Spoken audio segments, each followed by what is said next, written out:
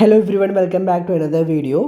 So നമ്മൾ ഇന്ന് ഇക്കണോമിക്സിലെ നാഷണൽ ഇൻകം പാർട്ടാണ് ഡീൽ ചെയ്യാൻ പോകുന്നത്. നാഷണൽ ഇൻകത്തിൽ വരുന്ന ടോപ്പിക്സ് GDP, GNP, അതേപോലെ nominal GDP, real GDP, base year, പിന്നെ factor cost, basic price, market price, ഇത്രയും ടോപ്പിക്സാണ് വരുന്നത്. So today we are going to begin one of the most important topics of economics now. So especially for SSC ആയിക്കോട്ടെ, RRB ആയിക്കോട്ടെ, UPSC ആയിക്കോട്ടെ, state PSCs ആയിക്കോട്ടെ, മറ്റേത് competitive exam ആയിക്കോട്ടെ, ഇത് അത്രയും ഇമ്പോർട്ടൻ്റ് ആയിട്ടുള്ള ടോപ്പിക്കാണ് നാഷണൽ ഇൻകം ടോപ്പിക്ക്. കാരണം ഇപ്പോൾ നിങ്ങൾ UPSC civil service exam, UPSC CDS exam നോക്കുക, അല്ലെങ്കിൽ SSC RRB IB എക്സാം നോക്കുക, RBI റിസർവ് ബാങ്കിലേക്കുള്ള ഗ്രേഡ് B എക്സാം നോക്കുക, എല്ലാത്തിലും വരുന്നൊരു പാർട്ടാണ് നാഷണൽ ഇൻകം. ഇക്കണോമിക്സിൽ നാഷണൽ ഇൻകം ഇല്ലാത്ത ഒരു എക്സാമും, ഈ പാർട്ടില്ലാത്ത ഒരു എക്സാമും ഇല്ല. Okay, before we go deeper into this subject, we must clearly understand some basic concepts, because if your basics are strong, ഏത് ക്വസ്റ്റ്യൻസും നിങ്ങൾ കൺഫ്യൂസ് ചെയ്യില്ല. So let us start with the first and most important concept, that is the GDP. So take a deep breath, relax and listen carefully. GDP stands for Gross Domestic Product, and ഈ term introduce ചെയ്തത് Simon ക്യുസ്നെറ്റ്സ് ആണ്. So Simon ക്യുസ്നെറ്റ്സ് എന്ന economist ആണ് ഏത് പേര് coin ചെയ്തത്? GDP എന്ന് പറഞ്ഞ ഒരു നെയിം കോയിൻ ചെയ്തത്. GDP എന്താണെന്നുള്ളത് ഞാൻ വളരെ സിമ്പിളായിട്ട് പറഞ്ഞുതരാം. പറഞ്ഞു തന്നിട്ട് നമുക്ക് ഇതിൻ്റെ നോട്ട്സിലേക്ക് പോവാം. ഒരു രാജ്യത്തിൻ്റെ ബൗണ്ടറിക്കകത്ത്, ഞാൻ കുറച്ചും കൂടെ പെട്ടായിട്ടുള്ളൊരു കളർ എടുക്കാം, ജസ്റ്റ് സെക്കൻഡ്. ഓക്കെ, ഒരു രാജ്യത്തിൻ്റെ ബൗണ്ടറിക്കകത്ത്, ഇതിപ്പോൾ നമ്മുടെ രാജ്യത്തിൻ്റെ ബൗണ്ടറിയാണ്. ഓക്കെ, ഒരു രാജ്യത്തിൻ്റെ ബൗണ്ടറിക്കകത്ത് പ്രൊഡ്യൂസ് ചെയ്യുന്ന ഗുഡ്സും പ്രൊവൈഡ് ചെയ്യുന്ന സർവീസസുമാണ് നമ്മുടെ GDP എന്ന് പറയുന്നത്. ഫോർ എക്സാമ്പിൾ, പ്രൊഡക്റ്റിന് എക്സാമ്പിളായിട്ട് നമുക്ക് എന്തെടുക്കാം? പ്രൊഡക്റ്റിന് എക്സാമ്പിളായിട്ട് നമുക്കൊരു ബാറ്റ് എടുക്കാം. ഇന്ത്യയിൽ ഇവിടെ ഒരു ബാറ്റ് മാനുഫാക്ചർ ചെയ്യുന്ന ഫാക്ടറി ഉണ്ട്. നമ്മുടെ GDP normally quantity multiplied by price, ഇങ്ങനെയാണ് എടുക്കുക. ഈ ബാറ്റ് മാനുഫാക്ചർ ചെയ്യുന്ന ഫാക്ടറിയിൽ നിന്ന് ഒരു ഫിനാൻഷ്യൽ ഇയർ എന്ന് പറയുന്നത് ഏപ്രിൽ 1 തീയതി തൊട്ട് മാർച്ച് 31 വരെയാണ് ഒരു ഫിനാൻഷ്യൽ ഇയർ എന്ന് പറയുന്നത്. നിങ്ങളിപ്പോൾ ബാങ്കിലൊക്കെ പോകുന്ന കാണുന്ന സമയത്ത് പലരും പറഞ്ഞു കേട്ടിട്ടുണ്ടാവും, അതായത് ലോൺ അടക്കണം അല്ലെങ്കിൽ ഡ്യൂ ക്ലിയർ ചെയ്യണം, കാരണം ഫിനാൻഷ്യൽ ഇയറിൻ്റെ അവസാനമാണ്. ഏപ്രിൽ 1 തൊട്ട് മാർച്ച് 31 വരെയാണ് ഒരു financial year. For example 2025 April 1 തൊട്ട് 2026 മാർച്ച് 31 വരെ ഒരു ഫിനാൻഷ്യൽ ഇയറാണ്. ഈ ഫിനാൻഷ്യൽ ഇയറിൽ ഈ ബാറ്റ് മാനുഫാക്ചർ ചെയ്യുന്ന ഫാക്ടറിയിൽ എത്ര ക്വാണ്ടിറ്റി ഓഫ് ബാറ്റ് പ്രൊഡ്യൂസ് ചെയ്തു, അതിൻ്റെ പ്രൈസ് എത്രയാണ്? ഫോർ എക്സാമ്പിൾ ക്വാണ്ടിറ്റി ഒരു 1000 ബാറ്റ് പ്രൊഡ്യൂസ് ചെയ്തു. ഒരു ബാറ്റിൻ്റെ പ്രൈസ് 1000 ആണെന്ന് വിചാരിക്കുക. 10 ലാക്കാണ് അവിടെ നിന്ന് എവിടേക്ക് കോൺട്രിബ്യൂട്ട് ചെയ്തത്? GDPയിലേക്ക് കോൺട്രിബ്യൂട്ട് ചെയ്തത് 10 ലാക്കാണ്. Clear? At the same time ഈ സർവീസ് പ്രൊവൈഡിങ് എന്താ? ഇപ്പോൾ ഇവിടെ ഒരു കോച്ചിങ് ഇൻസ്റ്റിറ്റ്യൂട്ട് ഉണ്ട്. ക്ലിയർ? ആ കോച്ചിങ് ഇൻസ്റ്റിറ്റ്യൂട്ടിലും ക്വാണ്ടിറ്റി മൾട്ടിപ്ലൈഡ് ബൈ പ്രൈസ് തന്നെയാണ്. എത്ര കുട്ടികൾ ആ കോച്ചിങ് ഇൻസ്റ്റിറ്റ്യൂട്ടിൽ ആ ഫിനാൻഷ്യൽ പഠിച്ചിട്ടുണ്ട്? 100 കുട്ടികൾ പഠിച്ചിട്ടുണ്ട്. ഒരു കുട്ടി പേ ചെയ്ത് 1 ലാക്കാണെന്ന് വിചാരിക്കുക. 1 crore ആണ് അവിടെ നിന്ന് GDPയിലേക്ക് കോൺട്രിബ്യൂട്ട് ചെയ്തിട്ടുള്ളത്. സോ ഒരു ഫിനാൻഷ്യൽ ഇയറിൽ നമ്മുടെ രാജ്യത്തിൻ്റെ ബൗണ്ടറിക്കകത്ത് ഒരു ഫിനാൻഷ്യൽ ഇയറിൽ എത്ര പ്രൊഡക്റ്റ് നിർമ്മിച്ചു, എത്ര സർവീസ് പ്രൊവൈഡ് ചെയ്തു, ക്വാണ്ടിറ്റി മൾട്ടിപ്ലൈഡ് ബൈ പ്രൈസ്. നമ്മുടെ ഇന്ത്യയിൽ എത്ര പ്രൊഡക്റ്റ് നിർമ്മിക്കുന്ന എത്ര ഫാക്ടറീസ് ഉണ്ട്? Laptop, mobile phone, tablet, mouse, keyboard, mobile phone, charger, എന്തൊക്കെ കാർസ് ആൻഡ് ബൈക്സ് എന്തൊക്കെ പ്രൊഡ്യൂസ് ചെയ്ത് എത്ര ഫാക്ടറീസ് ഉണ്ട്? Service providers, NEET, UPSC, SSC, RRB coaching ഒക്കെ പ്രൊവൈഡ് ചെയ്യുന്ന എത്ര ഓൺലൈൻ കോച്ചിങ് സെൻറ്റേഴ്സ് ഉണ്ട്. പ്ലസ് സർവീസ് പ്രൊവൈഡേഴ്സിൽ എന്തൊക്കെ വേറെയും വരും? ഈ ഇൻ്റർനെറ്റ് കഫേസും ഇതൊക്കെ അതിൽ സർവീസ് പ്രൊവൈഡേഴ്സിൽ വരും. ക്രിക്കറ്റ് കോച്ചിങ് അല്ലെങ്കിൽ football coaching, each and everything വരും. ചില ക്രിക്കറ്റ് കോച്ചിങ് ഇൻസ്റ്റിറ്റ്യൂട്ടിലൊക്കെ 1 ലാക്കൊക്കെയാണ് വാങ്ങുന്നത്. 3 crore വരെ വാങ്ങുന്ന പല ഇൻസ്റ്റിറ്റ്യൂട്ട്സും ഉണ്ട്. ഇപ്പോൾ ഒരു സ്കൂൾ നോക്കുക, നോർമലായിട്ടൊരു സ്കൂൾ നോക്കുക, നിങ്ങൾ ഇൻ്റർനാഷണൽ സ്കൂളൊക്കെ ആണെങ്കിൽ 30 lakh to 75 lakh വരെയാണ് ഓരോ കുട്ടികളിൽ നിന്ന് ഫീസായിട്ട് ഒരു വർഷത്തേക്ക് ഈടാക്കുന്നുള്ളത്. ഇങ്ങനെ എത്ര പ്രൊഡക്റ്റ് നിർമ്മിക്കുന്ന എത്ര ഫാക്ടറീസ് ഉണ്ട്, എത്ര സർവീസ് പ്രൊവൈഡേഴ്സ് ഉണ്ട്.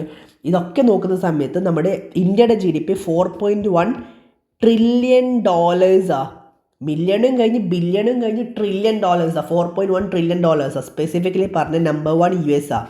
നമ്പർ 2 എന്ന് പറയുന്നത് നമ്പർ 1 ഏറ്റവും ലാർജസ്റ്റ് ഇക്കോണമി US ആണ്. സെക്കൻഡ് ലാർജസ്റ്റ് ഇക്കോണമി ചൈനയാണ്. തേർഡ് ലാർജസ്റ്റ് ഇക്കോണമി ജർമ്മനിയാണ്. 4th ലാർജസ്റ്റ് ഇക്കോണമി നമ്മുടെ സ്വന്തം ഇന്ത്യയാണ്. നമ്മൾ 5th പൊസിഷനിൽ ഇപ്പോൾ 4th പൊസിഷനിലേക്ക് എത്തിയിട്ടുണ്ട്. നമ്മൾ ലോകത്തിലെ ഏറ്റവും വലിയ ഇക്കോണമി നോക്കുന്ന സമയത്ത് 4th largest ഇക്കോണമിയാണ്. Clear?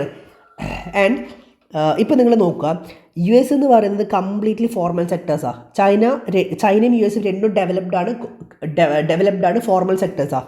Germany developed ആണ് ഫോർമൽ സെക്ടേഴ്സ്. ഇന്ത്യ ഡെവലപ്പിംഗ് കൺട്രിയാണ്, ഡെവലപ്പ് ആയിട്ടില്ല. ഏറ്റവും കൂടുതൽ ഇവിടെ ഇൻഫോർമൽ സെക്ടറാണ്. എന്താണ് ഫോർമൽ, എന്താണ് ഇൻഫോർമൽ? ഈ ഫോർമൽ സെക്ടർ എന്ന് പറഞ്ഞാൽ നിങ്ങളിപ്പോൾ ഒരു KFC പോയി ബർഗർ കഴിച്ച് 120 പേ ചെയ്തു, അത് ബില്ല് കിട്ടി, GDP കയറി. ഇൻഫോർമൽ എന്ന് വെച്ചാൽ എന്താ? ഇൻഫോർമൽ എന്ന് വെച്ചാൽ അറ്റ് ദ സെയിം ടൈം നിങ്ങളിപ്പോൾ ഒരു പാനിപൂരി കഴിച്ചെന്ന് വിചാരിച്ചോ, പാനിപൂരി, കച്ചോരി, ബേൽപൂരി, സേവാപൂരി എന്തെങ്കിലും കഴിച്ചൊരു 100 പേ ചെയ്തെന്ന് വിചാരിച്ചോ, ഇത് ബില്ലും കിട്ടിയില്ല, GDPയിലും കയറില്ല, ആരും അറിയാനും പോകുന്നില്ല. ഓൺലൈൻ പേയ്മെൻറ്റ് വന്നതിന് ശേഷം കുറച്ചും കൂടെ ട്രാക്ക് ചെയ്യാൻ നമ്മുടെ ഗവൺമെൻറ് ശ്രമിക്കുന്നുണ്ട്. പക്ഷേ നിങ്ങൾ ക്യാഷ് ആയിട്ടാണ് കൊടുത്തിട്ടുണ്ടെങ്കിൽ അത് ട്രാക്ക് ചെയ്യാന്ന് പറയുന്നത് അത്രയും ബുദ്ധിമുട്ടായിരിക്കും. അപ് ടു എൻ എക്സ്റ്റെൻറ്റ് അത് അത്രയും ബുദ്ധിമുട്ടായിരിക്കും. ഇൻഫോർമൽ സെക്ടർ എന്ന് വെച്ചാൽ സ്പെസിഫിക്കലി പറഞ്ഞാൽ ഇതാണ്. ഇന്ത്യയിൽ ഫോർമൽ സെക്ടേഴ്സിനേക്കാളുള്ളത് ഇൻഫോർമൽ സെക്ടർ എന്നാണ് പല ഡാറ്റാസും പറയുന്നത്, വിച്ച് ഈസ് ട്രൂ. കാരണം നിങ്ങളിപ്പോൾ നോർത്ത് ഇന്ത്യൻ സൈഡ് നോക്കുകയാണെങ്കിൽ എല്ലാം ഇൻഫോർമൽ സെക്ടേഴ്സാണ്. ഇന്ത്യയിൽ ഫോർമലിനേക്കാളും കൂടുതൽ ഇൻഫോർമൽ സെക്ടേഴ്സ് എന്നാണ് പലരും പറയുന്നത്. അതുകൊണ്ട് തന്നെ ഇന്ത്യ നിലവിൽ 4.1 ട്രില്യൺ നിൽക്കുന്നത് അതുകൊണ്ടാണ്. ശരിക്കും പറഞ്ഞാൽ ഇന്ത്യക്ക് 7 ട്രില്യൺ ആവാനുള്ള എല്ലാ പൊട്ടൻഷ്യൽ ഉണ്ട്. സ്റ്റിൽ നമ്മൾ 4.1 ട്രില്യൺ നിൽക്കുന്നത്. എന്തുകൊണ്ടാണ് നിൽക്കുന്നത്? നമ്മുടെ ഇവിടുത്തത് ഫോർമലിനേക്കാളും ഇൻഫോർമൽ ആയതുകൊണ്ടാണ്. സോ ഒരു രാജ്യത്തിൻ്റെ ബൗണ്ടറിക്കകത്ത് ഒരു ഫിനാൻഷ്യൽ ഇയറിൽ പ്രൊഡ്യൂസ് ചെയ്യുന്ന ഗുഡ്സും പ്രൊവൈഡ് ചെയ്യുന്ന സർവീസസാണ് നമ്മുടെ GDP എന്ന് പറയുന്നത്. അതൊരു ഫിനാൻഷ്യൽ ഇയറിലായിരിക്കണം എന്നുള്ള ഒരൊറ്റ കാര്യം മാത്രമേ അവിടെ മാറ്റർ ചെയ്യുന്നുള്ളൂ. അതിപ്പോൾ ഒരു ഇന്ത്യൻ കമ്പനി ആയിട്ടുള്ള ടാറ്റ നിർമ്മിച്ചാലും, ഒരു ചൈനീസ് കമ്പനി അല്ലെങ്കിൽ ഒരു ഫോറിൻ കമ്പനി ആയിട്ടുള്ള വിവോ വന്ന് നിർമ്മിച്ചാലും എല്ലാം GDP കയറും. അതിപ്പോൾ ഫോറിൻ കമ്പനി വന്ന് ഇവിടെ നിർമ്മിച്ചാലും GDP കയറും, ഇന്ത്യൻ കമ്പനി തന്നെ നിർമ്മിച്ചാലും GDP കയറും. ഒറ്റൊരു കാര്യം മാത്രമേ ഇവിടെ മാറ്റർ ചെയ്യുന്നുള്ളൂ. എന്താ അത്? ഒറ്റൊരു കാര്യം മാറ്റർ ചെയ്യുന്നുള്ളൂ, അത് നമ്മുടെ രാജ്യത്തിൻ്റെ ബൗണ്ടറിക്കകത്തായിരിക്കണം എന്നുള്ളത് മാത്രമാണ്. Clear? So gross domestic product, I'm so sorry, yes. So first of all, Simon Kuznets ആണ് ഈ GDP എന്ന് പറഞ്ഞ ടേം കോയിൻ ചെയ്തത്. Gross domestic product means a total amount of goods produced and services provided within the boundary of the country within 1 financial year. And ഈ GDP count ചെയ്യുന്നത് NSO, national statistic ഓഫീസാണ്, which works under the ministry of statistic and programme implementation. അതും ഇവിടെ ഞാൻ കൊടുത്തിട്ടുണ്ട്, വായിക്കാം. ഇനി GNP എന്ന് വെച്ചാൽ എന്താ? GNP എന്ന് വെച്ചാൽ ഇത് ഇന്ത്യയാണ്.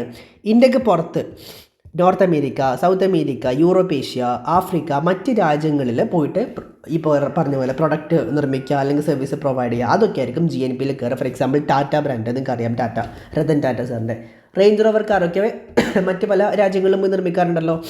അങ്ങനെ പുറം രാജ്യങ്ങളിൽ പോയിട്ട് നിർമ്മിച്ച് അതൊക്കെ എന്തിൽ കയറും? GNPയിൽ കയറും. GNP means the total value of goods and services provided by the nationals or the citizens of the country anywhere on the globe. Clear? അടുത്തത് നോമിനൽ GDP എന്താണ്, റിയൽ GDP എന്താണ്? ഇത് ഞാൻ ഇവിടെ വെച്ച് തന്നെ പറഞ്ഞ് സിമ്പിളായിട്ട് എക്സ്പ്ലെയിൻ ചെയ്തുതരാം.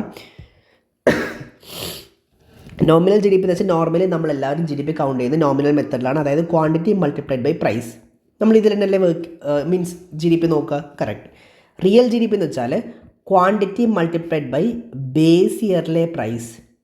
ബേസ് ഇയറിലെ പ്രൈസാണ് റിയൽ GDP എന്ന് പറയുന്നത്. ഈ ബേസ് ഇയർ എന്ന് പറയുന്നത് 2011 ആണ്. നമ്മുടെ 2011 ശേഷം ബേസ് ഇയർ ഇതുവരെ മാറ്റിയിട്ടില്ല. ബേസ് ഇയറിലെ പ്രൈസ് വെച്ചാൽ പറഞ്ഞുതരാം, ഒരു second, just a second.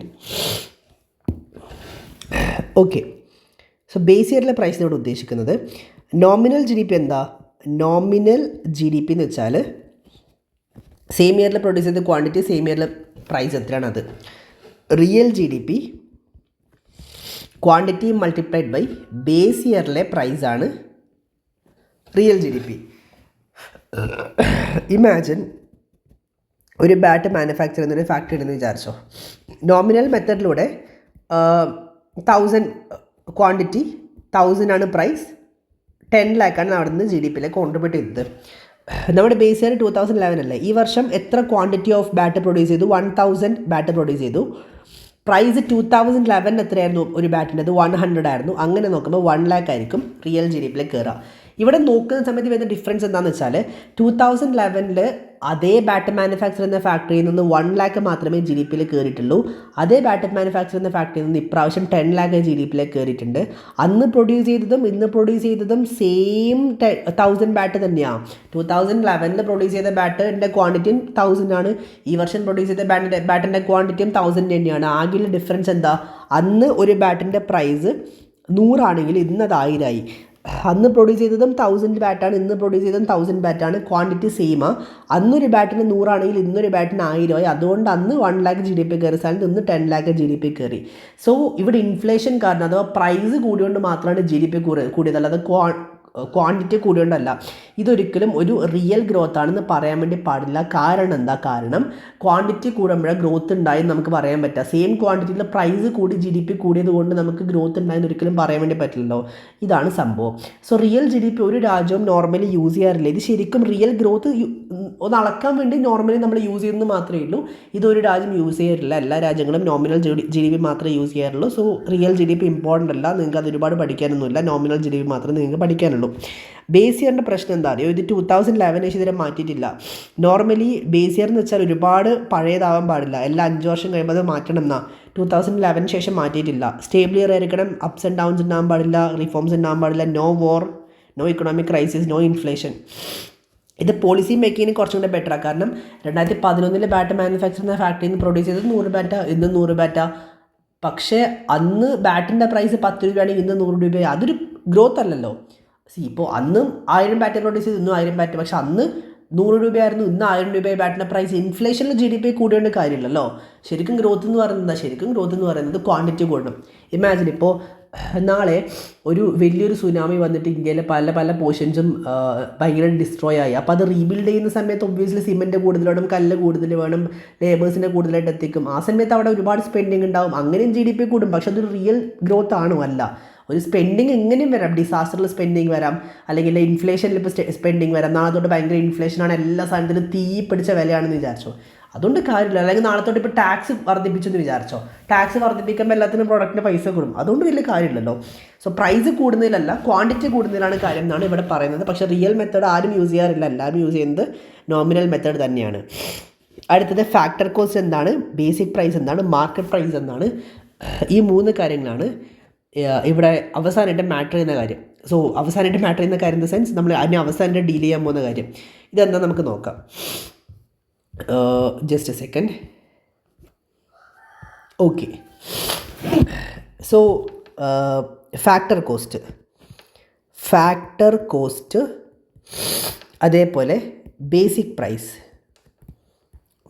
Price and finally the market price. So factor cost എന്ന് പറയുന്നത്, ഇമാജിൻ ഒരു എ സി മാനുഫാക്ചർ ചെയ്യുന്ന ഫാക്ടറി. ഓക്കെ, എ സി നിർമ്മിക്കുന്ന ഒരു ഫാക്ടറി. ആ ഫാക്ടറിക്കകത്ത് ഒരു എ സി നിർമ്മിക്കാനായിട്ട് വയർ വേണം, കോപ്പർ വേണം, പിന്നെ ലേബേഴ്സ് വേണം, റോ മെറ്റീരിയൽസ് എല്ലാം വേണം, മിസ്സലേനിയസ് ആയിട്ട് റോ മെറ്റീരിയൽസ് എല്ലാം വേണം, ഇലക്ട്രിസിറ്റി വേണം. പിന്നെ ആ ഒരു എ സി നിർമ്മിക്കുന്ന ഫാക്ടറി നിർമ്മിക്കാനായിട്ട് ഒരാൾക്ക് നല്ലൊരു ഇൻവെസ്റ്റ്മെൻറ്റ് വന്നിട്ടുണ്ടാകും, അയാളുടെ പ്രോഫിറ്റ്. ഇതൊക്കെ കൂട്ടുന്ന സമയത്ത് ഈ എ സി നിർമ്മിച്ച് കഴിഞ്ഞു, ഇതിനി എനിക്ക് സെല്ല് ചെയ്താൽ അറ്റ്ലീസ്റ്റ് ഒരു പ്രോഫിറ്റ് ഉണ്ടാവണമെങ്കിൽ 22,000 രൂപയ്ക്ക് സെല്ല് ചെയ്യണം. ഇതിനെയാണ് ഫാക്ടർ കോസ്റ്റ് എന്ന് പറയുന്നത്. സോ ഫാക്ടർ കോസ്റ്റ് എന്ന് വെച്ചാൽ എന്താ? ഫാക്ടർ കോസ്റ്റ് എന്ന് വെച്ചാൽ ആ ഒരു പ്രൊഡക്റ്റ് നിർമ്മിക്കാനായിട്ട് വന്നിട്ടുള്ള ആ ഒരു ചിലവ്, ദ കോസ്റ്റ് ഓഫ് പ്രൊഡക്ഷനാണ് ഫാക്ടർ കോസ്റ്റ് എന്ന് പറയുന്നത്. അതായത് ആ എ സി നിർമ്മിക്കാനായിട്ട് ആവശ്യം വന്ന റോ മെറ്റീരിയൽസും ലേബേഴ്സിൻ്റെ ചാർജും ഇലക്ട്രിസിറ്റി, വാട്ടർ ആൻഡ് ആ ഓൺട്രപ്രനോറിൻ്റെ പ്രോഫിറ്റ് ഇൻക്ലൂഡ് ചെയ്തിട്ടുള്ള കോസ്റ്റ് ഓഫ് പ്രൊഡക്ഷനാണ് ഫാക്ടർ കോസ്റ്റ് എന്ന് പറയുന്നത്. So factor cost is the cost of production. It includes payments made to factors of production. These factors R land ആയിക്കോട്ടെ, ലാൻഡിന് rent കൊടുക്കണം, ലേബേഴ്സിന് salary കൊടുക്കണം, invest ചെയ്ത ക്യാപിറ്റലിന് തിരിച്ച് റിട്ടേൺസ് വേണം, ഓൺട്രപ്രനോർക്ക് പ്രോഫിറ്റ് വേണം. ഇതൊക്കെ കൂടിയിട്ടുള്ള the cost of production in the sense raw materials എല്ലാം കൂടിയിട്ടുള്ള ദ കോസ്റ്റ് ഓഫ് പ്രൊഡക്ഷനാണ് ഫാക്ടർ കോസ്റ്റ് എന്ന് പറയുന്നത്. ഇനി let's move on to the basic price എന്ന് വെച്ചാൽ സിമ്പിളായിട്ട് ഇത്രയേ ഉള്ളൂ. ഫാക്ടർ കോസ്റ്റിൻ്റെ ഒന്നിച്ച് ഈ ഫാക്ടറിയിൽ വെച്ച് എ സി നിർമ്മിച്ചതിന് ശേഷം അപ്പം തന്നെ എന്ത് ചെയ്യണം? ഗവൺമെൻറ്റിനുള്ള ടാക്സ്, അതായത് ദ പ്രൊഡക്ഷൻ ടാക്സ് അപ്പം തന്നെ ആഡ് ചെയ്യണം. ഓക്കെ, ഇപ്പോൾ ഫാക്ടർ കോസ്റ്റ് എത്രയായിരുന്നു? 22,000 ആയിരുന്നു ഫാക്ടർ കോസ്റ്റ്. കറക്റ്റ്, 22,000 ആയിരുന്നു ഫാക്ടർ കോസ്റ്റ്. 22,000 ആയിരുന്നു factor cost. So factor cost 22,000 ഒന്നിച്ച് ഒരു 4,000 റുപ്പീസ് എന്ത് ആഡ് ചെയ്യണം? പ്രൊഡക്ഷൻ ടാക്സ് ആഡ് ചെയ്യണം. ഓക്കെ, അപ്പോൾ ഗവൺമെൻറ് നമുക്ക് സബ്സിഡി തരും. ഇപ്പോൾ നമ്മൾ ഗ്രാമങ്ങളിൽ പോയി ഫാക്ടറി വെച്ച് അവിടെയുള്ള ആൾക്കാർക്ക് തൊഴിൽ കൊടുത്തു എന്നാണെങ്കിൽ ഇലക്ട്രിസിറ്റി കുറച്ച് ഫ്രീ ആയിട്ട് കൊടുക്കും. ഗവൺമെൻറ് സബ്സിഡീസ് അല്ലെങ്കിൽ കൊടുക്കാറുണ്ട്. അപ്പോൾ പ്രൊഡക്ഷൻ സബ്സിഡി ഗവൺമെൻറ് കൊടുക്കുന്നത് മൈനസ് ചെയ്യുന്നു. പ്രൊഡക്ഷൻ സബ്സിഡി ഇമാജിൻ ഒരു 1000 രൂപ സബ്സിഡി കൊടുക്കുന്നു വിചാരിച്ചോ. അപ്പോൾ 22,000, 4,000, 26,000. 26,000 1000 രൂപ അതിൽ നിന്ന് മൈനസ് ചെയ്താൽ 25,000 രൂപയാണ് ബേസിക് പ്രൈസ് എന്ന് പറയുന്നത്. കാരണം 22,000 ഒന്നിച്ച് 4,000 കൂട്ടി 26,000 രൂപയായി. ഫാക്ടറി കോസ്റ്റിന് ഒന്നിച്ച് പ്രൊഡക്ഷൻ ടാക്സ് കൂട്ടിയപ്പോൾ 26,000 ആയി. അതിൽ നിന്ന് 1,000 രൂപ പ്രൊഡക്ഷൻ സബ്സിഡി മൈനസ് ചെയ്തു. ഗവൺമെൻറ് 1,000 രൂപ സബ്സിഡി കൊടുത്തു. ഗവൺമെൻറ് സബ്സിഡി കൊടുക്കാറുണ്ട്. നമ്മൾ ഗ്രാമങ്ങളിലൊക്കെ ഫാക്ടറി വെച്ചാൽ അവിടെയുള്ള ആൾക്കാർക്ക് തൊഴിൽ കിട്ടും. തൊട്ടടുത്ത് ചായക്കട വരും, ഹോട്ടൽ വരും, അവിടെ ഡെവലപ്മെൻറ്റ് ഉണ്ടാവുമല്ലോ. 25,000 രൂപ. ഇനി ഇതിന് നേരെ എവിടെ കൊണ്ടുപോയി? ആ ഫാക്ടറിയിൽ നിന്ന് പുറത്ത് കൊണ്ടുപോയി മാർക്കറ്റിൽ ഷോറൂമിൽ കൊണ്ടുപോയി വെച്ചു. മാർക്കറ്റിൽ ഷോറൂമിലേക്ക് എത്തിച്ച് അവിടെ വെക്കുമ്പോഴും ഹോൾസെയിലായിട്ട് കൊണ്ടുപോയി അവിടെ മാർക്കറ്റിൽ സെല്ല് ചെയ്യാൻ വെക്കുമ്പോഴും ഗവൺമെൻറ് എന്ത് കൊടുക്കണം? ടാക്സ് കൊടുക്കണം. അപ്പോൾ ബേസിക് പ്രൈസിൻ്റെ ഒന്നിച്ച് ഗവൺമെൻറ്റിന് പ്രൊഡക്റ്റ് ടാക്സ് കൊടുക്കണം. ഗവൺമെൻറ് എന്ത് കൊടുക്കുന്നു? പ്രൊഡക്റ്റ് ടാക്സ് കൊടുക്കുന്നു. ബേസിക് പ്രൈസ് എത്രയായിരുന്നു? 25,000 രൂപ. 25,000 രൂപയുടെ ഒന്നിച്ച് ഒരു 6,000 രൂപ എന്ത് ചെയ്യുന്നു? പ്രൊഡക്റ്റ് ടാക്സ് ആയിട്ട് ഗവൺമെൻറ്റിന് കൊടുക്കുന്നു. അപ്പോഴും ഗവൺമെൻറ് എന്ത് കൊടുക്കും? ആൾക്കാർക്ക് AC വേണം എന്നാണെങ്കിൽ ഗവൺമെൻറ് സബ്സിഡി കൊടുക്കും. ലൈക്ക് ഇപ്പോൾ ചൂടുള്ള സമയം സമ്മർ സീസണൊക്കെ ആണെന്നുണ്ടെങ്കിൽ ഗവൺമെൻറ് പ്രൊഡക്റ്റ് സബ്സിഡി കൊടുക്കാറുണ്ട്. ഗവൺമെൻറ് എന്ത് ചെയ്തു? 1,000 രൂപ സബ്സിഡി കൊടുത്തു. 25,000 6,000 കൂട്ടുന്ന സമയത്ത് 31,000 രൂപ കിട്ടും. 31,000 1,000 രൂപ മൈനസ് ചെയ്തു സബ്സിഡി. മൊത്തം 30,000 രൂപയാണ് AC ഒരാൾക്ക് സെല്ല് ചെയ്യാനായിട്ട് ഇപ്പോൾ ഷോറൂമിൽ വെച്ചിട്ടുള്ളത്. ശരിക്കും പറഞ്ഞാൽ 22,000 AC 30,000 സെല്ല് ചെയ്ത 8,000 രൂപ എന്ന് പറയുന്നത് 4, 6, 10 ടാക്സ് ആയിട്ട് പോവും. വെറുതെ പേരിന് പറഞ്ഞായിട്ട് ഗവൺമെൻറ് ഒരു സബ്സിഡി, കുഞ്ഞൊരു സബ്സിഡി അവിടെ തന്നു വെച്ചിട്ടുണ്ടാവും. ബട്ട് ഇതാണ് factor cost, basic price, market price. ഇതിൻ്റെ ഒരു എക്സാം ഞാനിന്ന് കണ്ടക്ട് ചെയ്യുന്നുണ്ട്. അതുകൊണ്ട് ആ ഗ്രൂപ്പിൽ, വാട്സപ്പ് ഗ്രൂപ്പിൽ പറ്റുമെങ്കിൽ മാക്സിമം ജോയിൻ ചെയ്യുക. ടെലിഗ്രാമിലും പറ്റുമെങ്കിൽ ജോയിൻ ചെയ്യാം. ഓക്കെ, സോ ഫാക്ടർ കോസ്റ്റ് എന്ന് പറയുന്നത് cost of production. Basic price എന്ന് പറയുന്നത് ഫാക്ടർ കോസ്റ്റിന് ഒന്നിച്ച് പ്രൊഡക്ഷൻ ടാക്സ് ആഡ് ചെയ്യുന്നു, പ്രൊഡക്ഷൻ സബ്സിഡി മൈനസ് ചെയ്യുന്നു. മാർക്കറ്റ് പ്രൈസ് എന്ന് പറയുന്നത് ബേസിക് പ്രൈസിന് ഒന്നിച്ച് പ്രൊഡക്റ്റ് ടാക്സ് ആഡ് ചെയ്യുന്നു, പ്രൊഡക്റ്റ് സബ്സിഡി മൈനസ് ചെയ്യുന്നു. മൊത്തം 30,000 രൂപയാവുന്നു. ഇതാണ് മൊത്തം കാര്യം.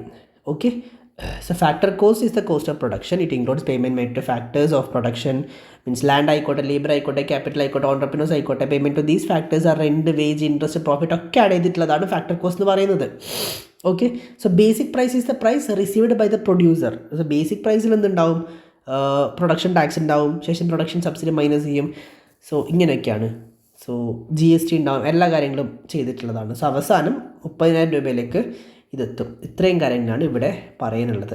സോ നമ്മൾ ഇന്ന് എന്തൊക്കെ നമ്മൾ ഡിസ്കസ് ചെയ്തു? നമ്മളിന്ന് GDP എന്താണെന്നുള്ള ഡിസ്കസ് ചെയ്തു. GDP നിങ്ങൾക്ക് ഒരു കൺഫ്യൂഷൻസ് ഉണ്ടാവരുത്. സൈമൺ ക്വിസിനൻസ് ആണ് പേര് കോയിൻ ചെയ്തത്. രാജ്യത്തിൻ്റെ ബൗണ്ടറിക്കകത്ത് പ്രൊഡ്യൂസ് ചെയ്യുന്ന ഗുഡ്സും പ്രൊവൈഡ് ചെയ്യുന്ന സർവീസസാണ് GDP. നാഷണൽ സ്റ്റാറ്റിസ്റ്റിക് ഓഫീസാണ് കൗണ്ട് ചെയ്യുന്നത്. അവർ വർക്ക് ചെയ്യുന്നത് ministry of statistic and programme ഇംപ്ലിമെൻറ്റേഷൻ്റെ അണ്ടറിലായിട്ടാണ്. GNP എന്ന് പറയുന്നത് ഇന്ത്യ എന്ന് പറഞ്ഞ രാജ്യത്തിൻ്റെ പുറത്ത്, North America, South America, Europe, Asia, ആഫ്രിക്കയിലൊക്കെ ടാറ്റ അല്ലെങ്കിൽ മറ്റ് ഇന്ത്യൻ ബ്രാൻഡ്സ് അല്ലെങ്കിൽ ഇന്ത്യൻ സിറ്റിസൻസൊക്കെ ഇതുപോലെ പ്രൊഡക്റ്റ് നിർമ്മിക്കാറുണ്ട്, സർവീസ് പ്രൊവൈഡ് ചെയ്യാറുണ്ട്. അതൊക്കെ GNPയിലാണ് വരിക.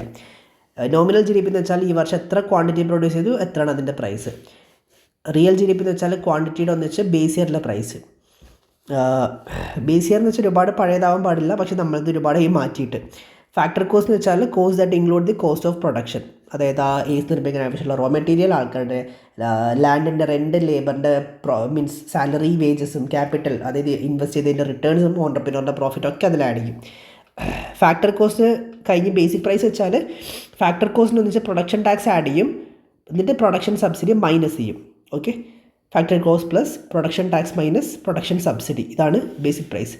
മാർക്കറ്റ് പ്രൈസ് എന്ന് പറയുന്നത് ബേസിക് പ്രൈസിൻ്റെ ഒന്നിച്ച് പ്രൊഡക്റ്റ് ടാക്സ് ആഡ് ചെയ്തിട്ട് പ്രൊഡക്റ്റ് സബ്സിഡി മൈനസ് ചെയ്യും. Basic price plus product tax minus production subsidy. ഇതാണ് മാർക്കറ്റ് പ്രൈസ്.